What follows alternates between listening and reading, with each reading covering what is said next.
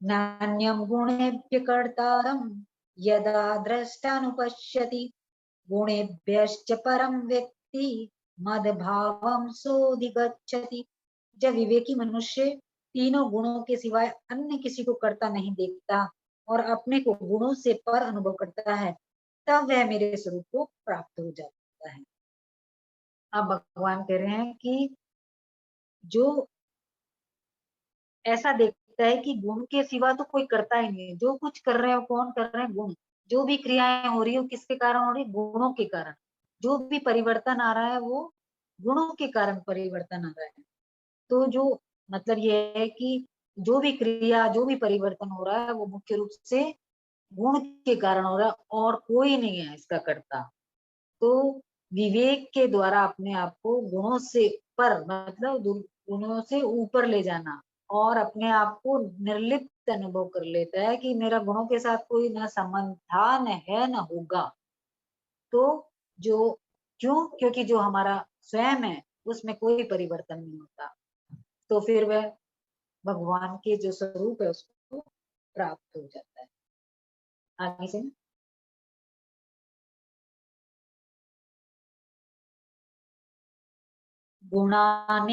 गुणानेतानतीत्यत्रीन् देहि देह समुद्भवान् जन्म मृत्यु जरा दुःखैः विमुक्तो मृतम् अश्नुते। देहधारी मनुष्य देहधारी देह को उत्पन्न करने वाले इन तीनों गुणों का अतिक्रमण करके जन्म मृत्यु और वृद्धावस्था रूप दुखों से रहित हुआ अमरता का अनुभव करता है। अब देही बोल रहे हैं भगवान, देहधार, देह को मतलब कि जो मनुष्य है उसका देह के साथ कोई संबंध नहीं है, फिर भी जो विचारशील विवेक मनुष्य के साथ ही ऐसा होता है कि वो मानते हैं कि देह के साथ हमारा कोई संबंध नहीं है, उसी को यहाँ देह का है। और देह को उत्पन्न करने वाले गुण है, गुण ही उत्पन्न करते हैं और इन गुण के को साथ मनुष्य अपना संबंध मान लेता है, जिसके कारण उसको ऊंची नीची योनियों में जन्म लेना पड़ता है। अब जो विवेकशील मनुष्य है वो इन तीनों गुणों को दबा देता है और जैसे उन विजय प्राप्त कर लेता है। जैसे हम अ, उनको दबा दिया, उनको अपना सर उठाने नहीं दिया, उनको दबा दिया और इसको बोलते हैं उनपे अतिक्रमण कर जाना, गुणों से ऊपर उठ जाना। तो मतलब ये हुआ कि उससे उसको इन गुणों से अपना कोई संबंध नहीं मानता और क्योंकि उसको ये विवेक हो गया है, उसको ये ज्ञान हो गया है कि जो भी गुण है वो सब परिवर्तनशील है और ये उत्पन्न होते हैं और नष्ट होते हैं, लेकिन जो मेरा स्वरूप है वो तो कभी भी परिवर्तनशील है ही नहीं और वो कभी गुणों से लिप्त नहीं हो सकता। ये सब जो भी गुण है ये प्रकृति से उत्पन्न है, उसका मेरे साथ या मेरे स्वयं के साथ कोई संबंध नहीं। इस तरह से वो गुणों से अतिक्रमण कर जाता है और जन्म मृत्यु और वृद्धावस्था रूप दुखों से रहित हुआ। जब इन तीनों गुणों का अतिक्रमण कर लिया तो फिर जन्म मृत्यु और वृद्धावस्था वाला जो दुख है वो प्राप्त नहीं होता। जन्म के समय भी दुख होता है, जब मृत्यु होती है तब भी कष्ट होता है। तो जन्म और मृत्यु जो भी दुख है उससे छूट जाता है, क्योंकि जो जन्म हुआ है वो भी गुणों का संग करने के कारण हुआ है और ये जो गुण है ये आते जाते रहते हैं, परिवर्तन होते रहते हैं। गुण कभी सात्विक हो गए, कभी तामसिक हो गए, कभी राजसी हो गए, लेकिन जो स्वयं है उसमें तीनों गुणों का कोई भी वृत्ति दिखाई नहीं देती है, वो तो जैसा है वैसा ही रहता है, असंग रहता है। और इस असंग स्वरूप हो गया मतलब उसमें उसके कोई गुण ही नहीं है, तो फिर वो कैसे जन्मेगा और कैसे मरेगा, क्योंकि हम कह रहे हैं कि गुणों के हिसाब से उसकी नया जन्म उसको मिलेगा। तो जो गुणों से रहित है, गुणों से असंग है, जिसने गुणों से संबंध ही नहीं रख रखा, तो उसकी कैसे जन्म और मृत्यु और जरावस्था आएगी? आ ही नहीं सकती। तो उन गुणों का, दुखों का उसको अनुभव ही नहीं होता और उसको एक अमरता का अनुभव हो जाता है। आगे चले।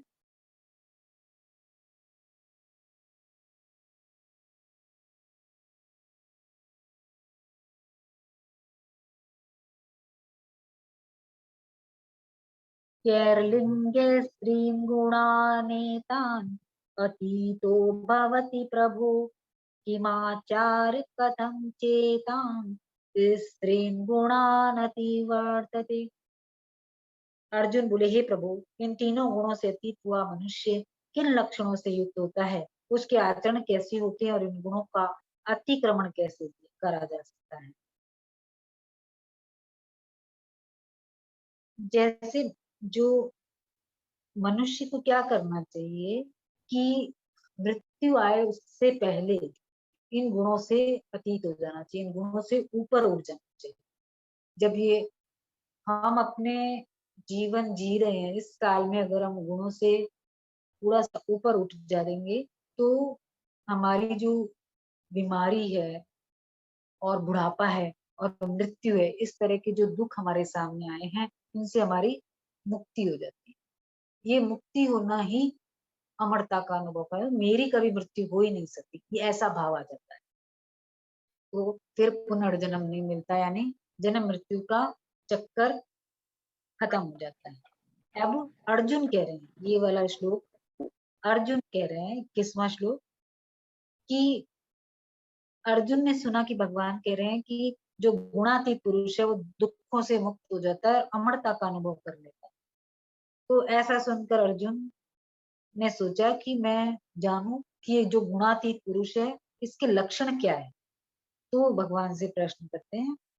तो भगवान अब आगे के श्लोक में इसको जवाब दें। आगे चले।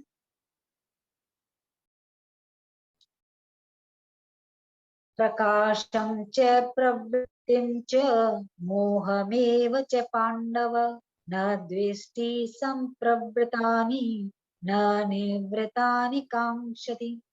श्री भगवान बोले, हे पांडव, प्रकाश, प्रवृत्ति तथा मोह, ये सभी अच्छी तरह से प्रवृत्त हो जाएं तो भी गुणातीत मनुष्य इसमें द्वेष नहीं करता। ये सभी निवृत्त हो जाएं तो इनकी इच्छा नहीं करता। अब प्रकाश क्या है? जो हमारा इंद्रियां हैं और जो हमारा अंतःकरण है उसका निर्मल स्वच्छ होना ही प्रकाश है। यानी कि अब जिसके द्वारा हमको इंद्रियों के जो विषय हैं उनका स्पष्ट ज्ञान हो गया और मन से मनन होने लगता है और बुद्धि निर्णय देने लगती है, उसी का नाम है प्रकाश। आप कह रहे हैं प्रवृत्ति। प्रवृत्ति का मतलब है क्रियाशीलता, कोई ना कोई काम में लगे रहना। तो जब तक गुणों के साथ संबंध रहता है तब तक जो रजोगुण की प्रवृत्ति है, लोभ, कार्य में लगे रहना, कोई भी कार्य अपने कोई ना कोई अपने स्वार्थ के कारण शुरू करना, लोगों की भलाई के लिए नहीं, अपने स्वार्थ के कारण, और मन में अशांति रहना। तो ये वृत्तियां जब पैदा होती रहती है, लेकिन जब मनुष्य इन गुणों से ऊपर हो जाता है तो जो रजोगुण की वृत्तियां पैदा नहीं होती, लेकिन क्रियाशीलता रहती है, लेकिन क्रियाशीलता में आसक्ति नहीं होती। तो जो गुणातीत मनुष्य के द्वारा भी क्रियाएं होती है, इसलिए भगवान ने बोला है कि प्रवृत्ति। फिर भगवान कह रहे हैं मोह। अब मोह क्या हुआ? दो तरह का होता है। एक तो होता है कि जिसमें क्या कर्तव्य है और क्या अकर्तव्य है, क्या सत्य और क्या असत है, उसको जानने का विवेक न हो। और दूसरा बात है कि जो व्यवहार करते हैं उसमें भूल होना। जो गुणातीत हो गए, जो गुणों से ऊपर उठ गए, जिनको ये अनुभव में आ गया कि गुण गुण में बरत रहे हैं, वो जो है उनको ये वाला तो मोह नहीं होता जो कि विवेक के न होने से हो रहा है। लेकिन व्यवहार में भूल हो सकती है। जैसे कोई किसी ने हमको कहा ये व्यक्ति तो बहुत ही बेकार है,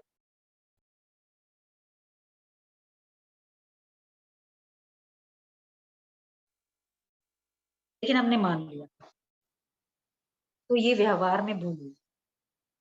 और जैसे है कोई चीज और दिख रही कोई चीज है, जैसे रस्सी को सांप मान लेना, और किसी वस्तु को कुछ और समझ लेना, ये तो गुण जो है ये तो किसी में भी हो सकता है, ये गुणातीत मनुष्य में भी हो सकता है। फिर कह रहे हैं कि जो गुणातीत मनुष्य है, इसमें द्वेष नहीं करता, ये सभी निवृत्त हो जाए तो इनकी इच्छा नहीं करता। अब जो सतगुण का आया प्रकाश, रजोगुण का आया प्रवृत्ति और तमोगुण का आया मोह, अगर ये अच्छी तरह से दिखाई भी देने लग जाते हैं, तो भी जो गुणातीत है, जिसमें गुणों से ऊपर हो गया, वो उनसे द्वेष नहीं करता, मतलब कि इस तरह की भावना नहीं रखता कि मेरे अंदर ये गुण क्यों आ गए, ऐसे नहीं आना चाहिए, मैं तो ऐसे नहीं था, मेरे को ऐसे क्यों होने लग गया। ये इस तरह की जो बात है ना, ये कहलाती है कि द्वेष रखना। बात से जो गुण आ गए ठीक है, हमको पता है ये हमारे गुण नहीं है, तो वो उन गुणों से छूटने की भी इच्छा नहीं, भाई जो काम गुणों में बरत रहे हैं, मेरे को क्या लेना देना। तो मतलब है कि ये ऐसी गुण प्रवृत्ति मेरे में क्यों उत्पन्न हो गई, मैं तो बड़ा सात्विक हूँ, मैं तो बड़ा धर्मार्थी हूँ, मैं तो बहुत अध्ययन करता हूँ, मेरे में ये कैसे आ गई। इस तरह की सोच भी गलत है। इसको ही राग कहते हैं। तो गुणातीत होने वाला व्यक्ति पे कोई फर्क नहीं पड़ता कि कौन सी वृत्ति उसमें आ रही है और कौन सी नहीं आ रही। तो जैसे जब फर्क पड़ना बंद हो जाता है, तो वो वृत्ति हमारा पीछा छोड़ देती है। जैसे हमारे को किसी चीज की बहुत चिंता हो रही है, मन में खूब बेचैनी हो रही है, अगर हम उस चीज को खुला छोड़ दें कि जो होएगा देखा जाएगा, जैसे हमारी ये सोच आती है, वो बेचैनी, वो घबराहट एकदम खत्म। लेकिन इसके लिए क्यों? क्योंकि हमने अभी तक तो उसको बांध रखा था। बांधने से क्या हो गया कि वो कंसंट्रेट हो गई। जैसे हमने उसको खुला छोड़ा, वो दूर तक फैल गई, और दूर तक फैलने से उसका प्रभाव हमारे ऊपर कम पड़ा। इसलिए चीजों को बहुत सोच विचार के अपने पास जमा करके नहीं रखना चाहिए। आज मैं वो पढ़ रही थी कि एक संत हुए श्री राम करके, वो संत ने एक बहुत अच्छा उपाय बताया कि आपको अगर कोई चिंता है, उससे आपको मुक्त होना है, या आपको अपना कोई ऐसा कार्य कराना है, तो आप एक काम करो, जो आकाश होता है उसके नीचे जाओ और खूब तेज तेज ओम का, वो ओम का उच्चारण करो खूब तेज तेज। और ये ओम का उच्चारण आप 7 दिन तक सतत करो, मतलब मैक्सिमम टाइम ओम का वो करो। और कुछ टाइम बाहर रह सकते, दिन भर तो नहीं रह सकते, लेकिन ओम का दिन भर जाप करो, तो आपकी 7 दिन में वो परेशानी खत्म हो जाएगी। तो परेशानी तो वही है, परेशानी नहीं खत्म होती, परेशानी तो वही है, हमारा आउटलुक चेंज हो जाता है, हमको उसको देखने का जो हमारा नजरिया है वो चेंज हो जाता है, तो उससे हमको वो परेशानी परेशानी नहीं लगती। आगे चले।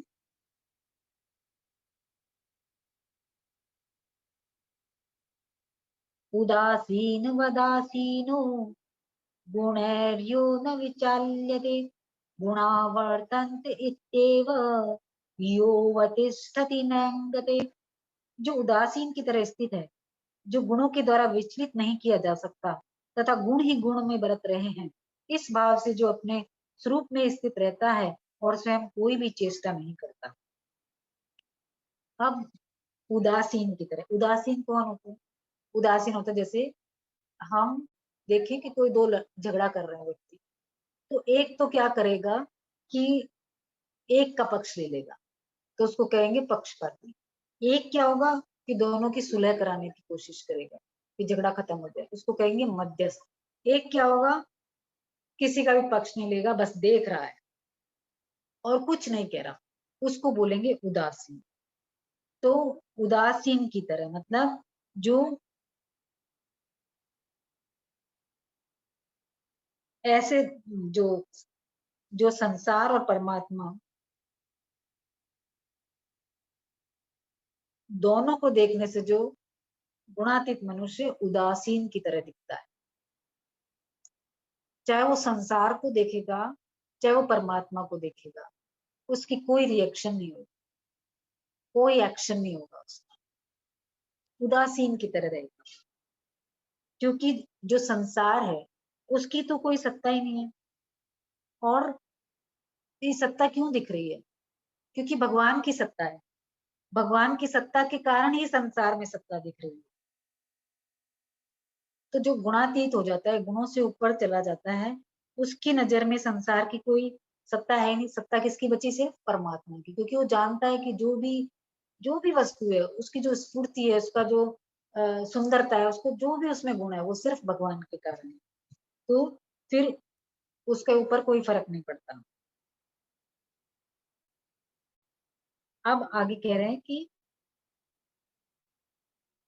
गुणों के द्वारा विचलित नहीं किया जा सकता।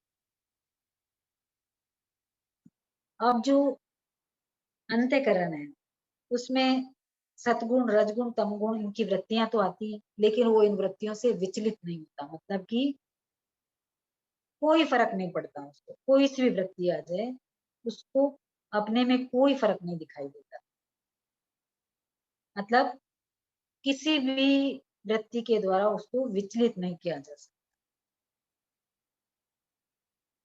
क्योंकि जो अंतःकरण है उसका, जो कि उसका कहा गया है, उसके अंतःकरण सहित जो संसार है उसका अभाव है, और जो परमात्मा है, परमात्मा तत्व का भाव, वो हमेशा जागृत रहता है।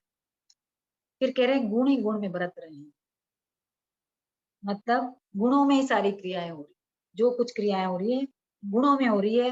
मेरा जो स्वरूप है वो तो निर्विकार है, वो कोई क्रिया नहीं कर। तो जो इस भाव से अपने स्वरूप में स्थित रहता है, वो कोई भी चेष्टा नहीं करता, मतलब है कि वो जो गुणातीत हो गया।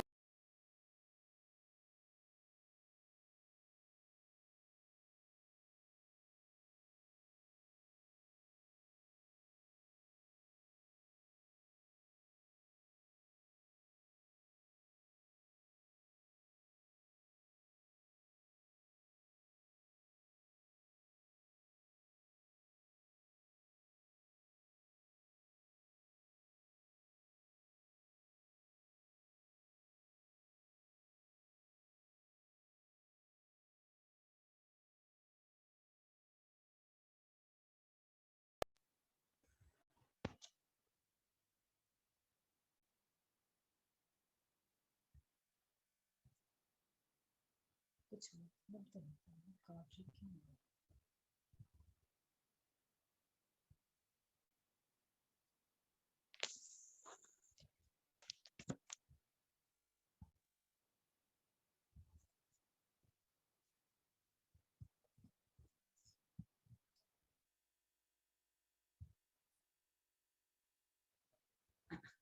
मतलब ये हुआ कि जो गुणातीत पुरुष है वो कोई भी चेष्टा नहीं करता, क्योंकि जो स्वरूप है, शुद्ध स्वरूप है, उसमें कोई भी क्रिया नहीं होती। आगे चलिए।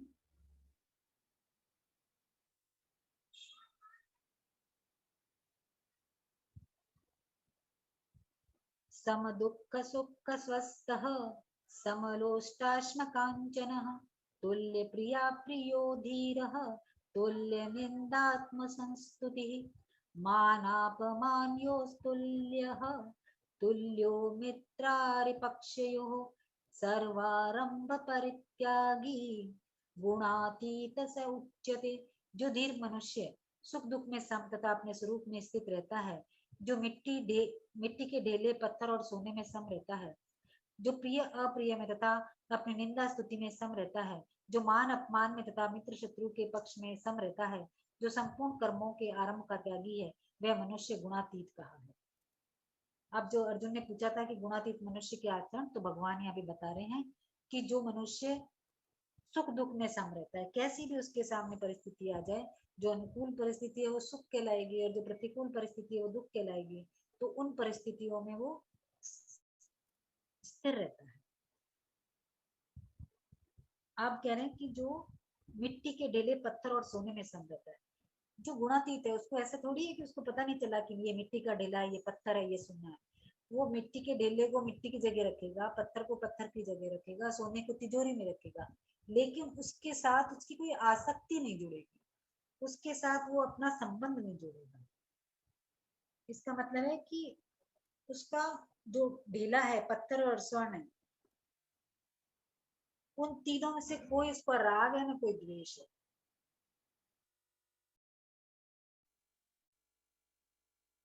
प्रिया प्रियो धीर, मतलब जो प्रिय अप्रिय में, मतलब अगर कोई काम बना तो अच्छा लगता है हमको, बात प्रिय हो जाती है, और जो काम हमारा नहीं बनता वो अप्रिय हो जाता है। तो जो गुणातीत हो गया वो इनमें सम रहता है, प्रिय की प्राप्ति में हो चाहे अप्रिय की प्राप्ति हो, दोनों में सम रहे।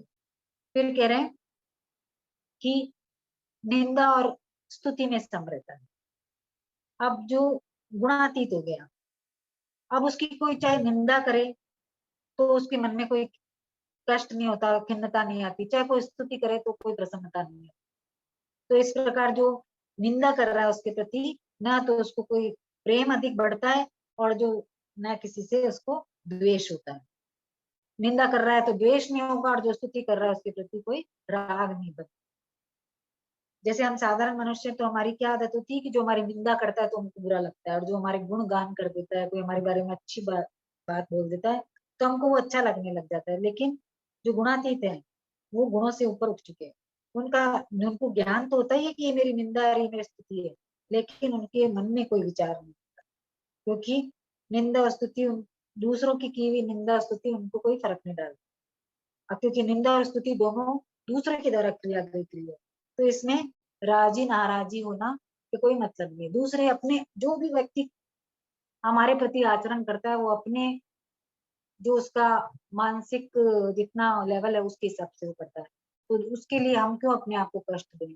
उसने हमको बुरा कहा है कहने दो, उसने मुझे अच्छा कहा है कहने दो, कोई फर्क नहीं पड़ना, क्योंकि दोनों चीजों में लाभ है। अगर हमारा कोई ज्यादा प्रशंसा करता है तो बल्कि का हमको उससे बचना चाहिए, और जब हमारी कोई कष्ट देता है बोल के, गलत बोल के, उससे हमारे पाप कटते हैं, और हमारी जो कोई प्रशंसा ज्यादा करता है तो हमारे पुण्य कटते हैं।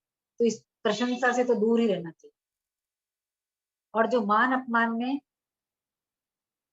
तथा मित्र शत्रु के पक्ष में सम है, मतलब कि जो मान और अपमान है ये किसका हो रहा है, शरीर का हो रहा है। तो शरीर के साथ तो उसका कोई रिश्ता ही नहीं है, कोई उसके साथ उसने संबंध ही नहीं बना रखा, तो उसका कोई आदर करे या निरादर करे, कोई मान करे अपमान करे, उसका उसके ऊपर कोई फर्क नहीं पड़ता, क्योंकि ये दूसरे के द्वारा की गई क्रिया है उसके लिए। तो जो दूसरा कर रहा है वो अपने हिसाब से कर रहा है, तो इसलिए उसका उस पे इन बातों से कोई फर्क नहीं पड़ता। फिर कह रहा है कि जो मित्र और शत्रु के पक्ष में सम रहता है,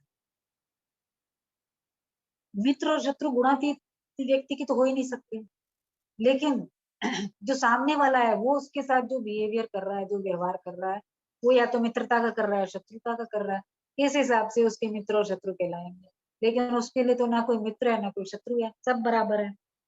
तो फिर कह रहे हैं कि वह महापुरुष संपूर्ण कर्मों के आरंभ का त्यागी होता है। मतलब है कि वो जो कोई भी नया कर्म करता है वो स्वयं के लिए नहीं करता, कि कोई संग्रह के लिए या भोग के लिए, उसका कोई कर्म नहीं करेगा।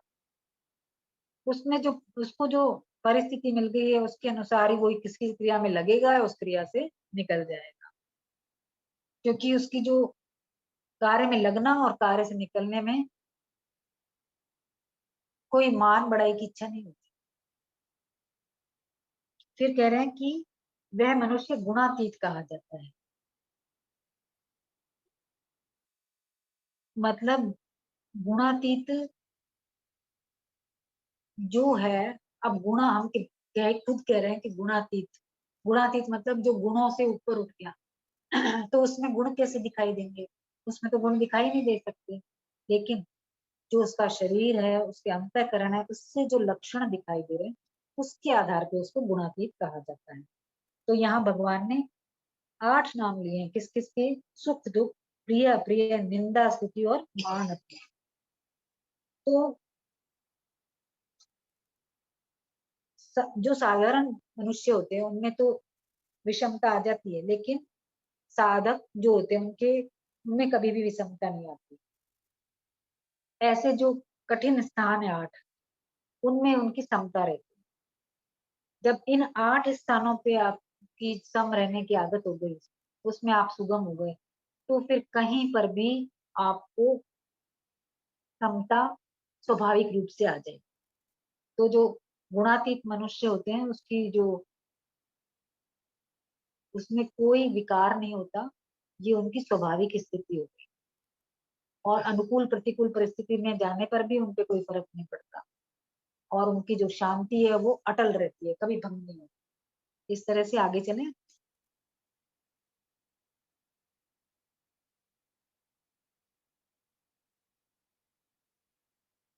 मां चयो व्यभिचारेण भक्ति योगेन सेवते स गुणान् समतीत्येतान् ब्रह्म भूयाय कल्पते।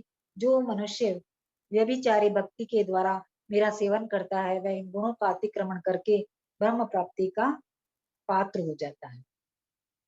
अब अर्जुन ने पूछा था कि गुणातीत कैसे हुआ जा सकता है, तो भगवान कह रहे हैं कि जो मनुष्य यह अव्यभिचारी भक्ति योग के द्वारा मेरा सेवन करता है। अव्यभिचारी का मतलब है कि सिर्फ मेरा सहारा हो, जिसको किसी और का कोई सहारा ना हो। सांसारिक सहारा तो दूर, कोई ज्ञान योग, कोई कर्म योग, कोई साधन नहीं लगा है, सिर्फ भक्ति का। जो सिर्फ मेरे आश्रय हो, जिसपे मुझे मेरे पे जिसको विश्वास हो, जिसका बल मेरा बल हो, इस तरह जो मेरे को भजता है, मेरा सेवन करता है। मतलब मेरे सेवन करता है का मतलब मेरी जिस तरह से उपासना करता है, मेरा कीर्तन करता है और मेरी शरण हो जाता है और मेरे हिसाब से चलता है, तो वो वह इन गुणों का अतिक्रमण करके ब्रह्म प्राप्ति का पात्र हो जाता है। जो केवल अनन्य भाव से भगवान की शरण हो गया, तो गुणों का अतिक्रमण अपने आप हो जाता है भगवान की कृपा से। उसको करना कुछ भी नहीं पड़ता, उसको तो सिर्फ भक्ति करनी है। उसको अपना आशय सिर्फ भगवान का बनाना है, उसके बाद उसके सारे काम हो जाते हैं अपने आप। तो भगवान कह रहे हैं कि वो गुणों का अतिक्रमण करके ब्रह्म प्राप्ति का पात्र हो जाता है, मतलब अधिकारी हो जाता है। अब अब यहाँ पे भगवान भक्ति की बात करके ब्रह्म प्राप्ति की बात कह रहे हैं। परम तो ब्रह्म प्राप्ति का कहने का मतलब यही है कि जो भक्ति करता है, ब्रह्म प्राप्ति किसको कहेंगे? भगवान कहो चाहे ब्रह्म कहो, कृष्ण कहो चाहे ब्रह्म कहो, एक ही बात। इसलिए भगवान ने ब्रह्म प्राप्ति के बताने का मतलब है कि अर्जुन ने पूछा कि गुणातीत होने मतलब, गुणातीत मतलब जो कुछ दिखाई नहीं दे रहा, तो निर्गुण हो गया ना। निर्गुण तो कौन है? ब्रह्म। निर्गुण किस किस नाम से कहते हैं? ब्रह्म के नाम से। तो निर्गुण ब्रह्म की प्राप्ति हो जाती है। इसलिए भगवान ने जो है अपनी भक्ति को ब्रह्म प्राप्ति का उपाय बताया।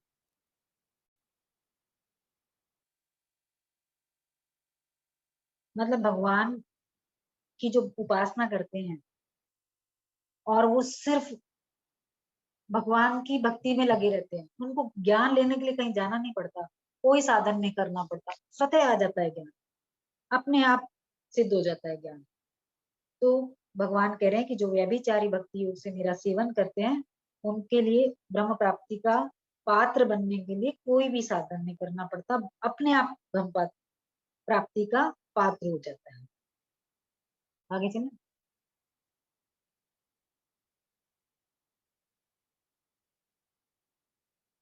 ब्रह्मणो हि प्रतिष्ठाहम् अमृतस्याव्ययस्य च शाश्वतस्य च धर्मस्य सुखस्य कांतिकस्य च। क्योंकि ब्रह्म अविनाशी, अमृत, शाश्वत धर्म और एकांतिक सुख का आशय मैं ही हूँ। अब जो भगवान की उपासना करे और प्राप्ति हो जाए ब्रह्म की, तो उसके लिए भगवान कह रहे हैं कि कैसे हो जाता है। भगवान कह रहे हैं कि मैं ब्रह्म की प्रतिष्ठा हूं और मैं ही ब्रह्म का आशय हूँ। इसका मतलब है कि भगवान कह रहे हैं कि ब्रह्म और मैं एक ही है। जैसे एक लकड़ी है, अगर उसको हमने जलाया नहीं तो क्या उसके अंदर अग्नि नहीं है? अग्नि नहीं होती तो जलती कैसे? तो एक तो अग्नि है, जब हम उसको जला रहे हैं तो दिखाई दे रही है, एक अंदर उसके अग्नि है। तो जो दिखाई दे रही है वो तो हो गया अग्नि का साकार रूप, और जो दिखाई नहीं दे रहा लेकिन अग्नि मौजूद तो है, तभी तो जल रही है वो लकड़ी, जलेगी तो अग्नि निकलेगी। तो वो जो हो गया वो हो गया ब्रह्म निराकार रूप। तो ये दो रूप तो भगवान कह रहे हैं कि साधकों की उपासना की दृष्टि से है, लेकिन ये दोनों एक ही है। जैसे कोई आपके सामने प्लेट लाया खाने, खाने की प्लेट लाया, तो हमारी नाक अलग तरह से बोलेगी। हमारी नाक बोलेगी कितनी अच्छी खुशबू आ रही, और हमारी आंख उसको देख के बोलेगी कितना अच्छा खाना है, और हमारी जीभ सोचेगी कितना टेस्टी खाना है। मतलब चीज तो एक ही है, लेकिन अलग अलग इंद्रियां अलग अलग विचार कर रही है। इसी तरह से ज्ञान की दृष्टि से ब्रह्म है, और भक्ति की दृष्टि से भगवान। भगवान एक ही है, और ब्रह्म और भगवान एक ही चीज के दो नाम हैं। तो इसलिए चाहे भगवान कहो, चाहे ब्रह्म कहो, चाहे कृष्ण कहो, चाहे कुछ भी कहो, एक ही बात। आप कह रहे हैं कि अमृत, शाश्वत धर्म और एकांतिक सुख का आश्रय है। मतलब ये है कि जो अविनाशी अमृत है, ये भी मैं ही हूँ। और फिर कह रहे हैं कि जो शाश्वत धर्म है, शाश्वत धर्म मतलब जो सनातन धर्म है, उसका आधार भगवान है। ये दो नहीं है, सनातन धर्म और भगवान अलग अलग नहीं है, एक ही है। फिर कह रहे हैं एकांतिक सुख का आधार मैं हूँ, और मेरा आधार एकांतिक सुख है। मतलब मेरा स्वरूप है एकांतिक सुख। एकांतिक सुख वो होता है जो जिसका कभी जो कभी खत्म नहीं होता, जो कि सुख का पराकाष्ठा है, उसको एकांतिक सुख कहा जाता है। तो इस श्लोक में भगवान ने जो बोला है कि ब्रह्म अविनाशी अमृत, सब भगवान है, सब कृष्ण है, और कृष्ण ही ब्रह्म अविनाशी और अमृत है। तो कुछ भी कह लो, भगवान की उपासना करने से ब्रह्म की प्राप्ति हो जाती है, ये बात। तो ओम तत्सदिति श्रीमद् भगवद गीतासु उपनिषत्सु ब्रह्म विद्यायां योग शास्त्रे श्री कृष्ण अर्जुन संवादे गुणत्रय विभाग योगो नाम चतुर्दशो अध्याय। ओम तत्सत्। ओम पूर्णमद पूर्णमिदं पूर्णात् पूर्णमुदच्यते पूर्णस्य पूर्णमादाय पूर्णमेवावशिष्यते। ओम शांति शांति शांति की।